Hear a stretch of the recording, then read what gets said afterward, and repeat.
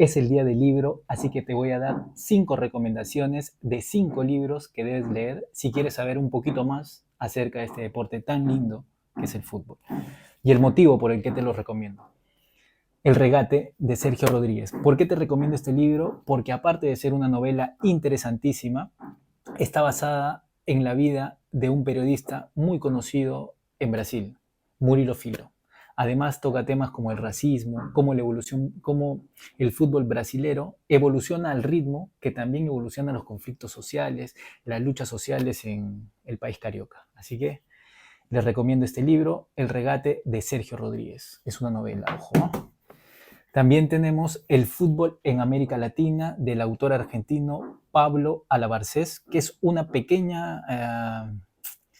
pequeño resumen de la historia del fútbol en América Latina, como en Uruguay, en Argentina, en Perú, en Chile, en Brasil, en Paraguay, en Uruguay, cómo se va asentando el fútbol en esta parte del mundo, cómo llegan los ingleses, cómo comienzan a compartir esta costumbre, este amor por el fútbol y cómo se va difuminando a lo largo de todo el continente. El fútbol en América Latina, un libro altamente recomendado si quieres saber algo sobre los orígenes del fútbol en América Latina. Otro libro, como no puede ser de otra manera, A la victoria volveremos. Pero más allá del título, más allá de que se trata efectivamente sobre una parte de la historia de Alianza Lima, lo interesante y lo importante que quiero resaltar en este libro es que dentro de todos los autores que han aportado su pluma para el desarrollo de este libro, hay muchas mujeres. Y una de ellas, porque me parece una profesional altamente interesante y que en el desarrollo de su artículo habla sobre el deporte, sobre el fútbol femenino en el Perú y cómo este debe ir evolucionando. Es como un llamado a la atención, un, una puesta en escena de lo que significa el fútbol femenino actualmente en el contexto en el que nos desarrollamos o en el que nos desenvolvemos en el plano nacional. Es Noelia Chávez Ángeles, no quería dejarla de mencionar.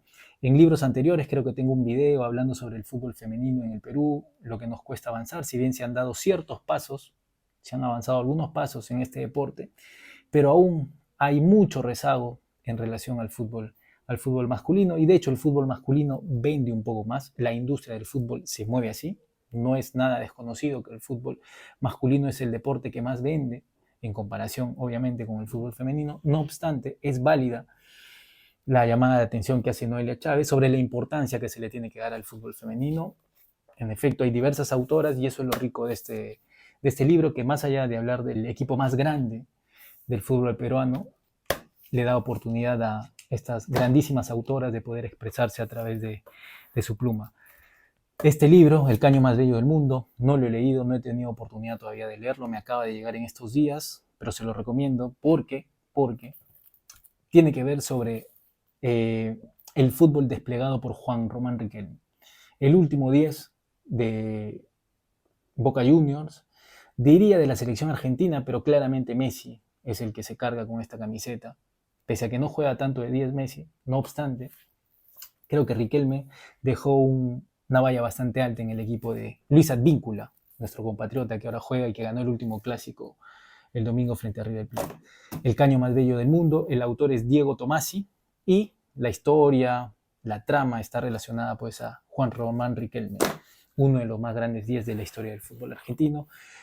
Y finalmente, este libro de Eduardo Galeano, El fútbol a sol y sombra, que es un libro de reflexiones, un libro de catarsis de este autor en relación al fútbol. Galeano quiso ser futbolista de joven, lamentablemente no le dio el talento para convertirse en uno de ellos, pero su talento lo ha traducido pues en su obra, ¿no?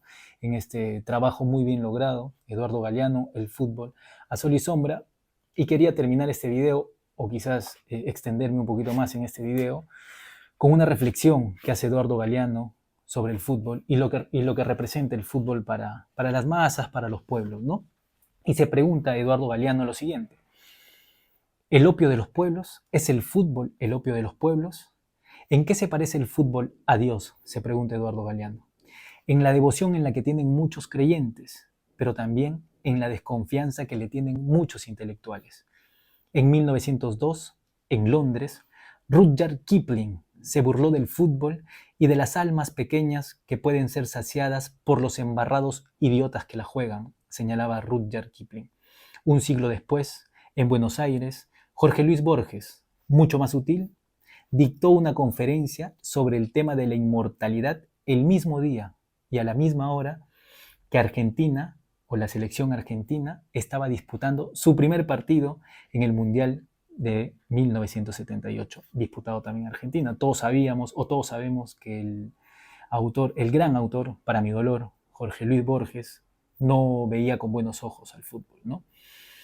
Señala Eduardo Galeano, o continúa Eduardo Galeano, el desprecio de muchos intelectuales conservadores se funde en la certeza de que la idolatría de la pelota es la superstición que el pueblo merece. Poseída por el fútbol, la plebe piensa con los pies, que es lo suyo, y en ese goce subalterno se realiza. El instinto animal se impone a la razón humana, la ignorancia aplasta la cultura, y así la chusma tiene lo que quiere. En cambio, muchos intelectuales de izquierda descalifican el fútbol porque castra a las masas y desvía su energía revolucionaria. Como vemos acá, la izquierda se vuelve a equivocar.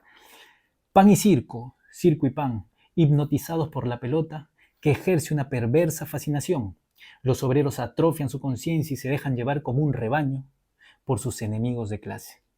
Cuando el fútbol dejó de ser cosa de los ingleses y de los ricos, en el Río de la Plata nacieron los primeros clubes populares, organizados en los talleres de los ferrocarriles y en los astilleros de los puertos. En aquel entonces, algunos dirigentes anarquistas y socialistas denunciaron esta máquina de la burguesía destinada a evitar las huelgas y enmascarar las contradicciones sociales. La preocupación de la izquierda por el fútbol, ¿no? La difusión del fútbol en el mundo era el resultado de una maniobra imperialista para mantener en la edad infantil a los pueblos oprimidos. Siempre, siempre tan exagerado lo de izquierda, ¿no? Sin embargo, el Club Argentinos Junior, paradójicamente, nació llamándose Club Mártires de Chicago, en homenaje a los obreros anarquistas ahorcados un 1 de mayo. Y fue un 1 de mayo el día elegido para dar nacimiento al Club Chacarita, bautizado en una biblioteca anarquista de Buenos Aires. En aquellos primeros años del siglo, no faltaron intelectuales de izquierda que celebraron el fútbol en lugar de repudiarlo como anestesia de la conciencia. Entre ellos, el marxista italiano Antonio Gramsci, que elogió este reino de la lealtad humana ejercida al aire libre, el fútbol. Feliz día del libro.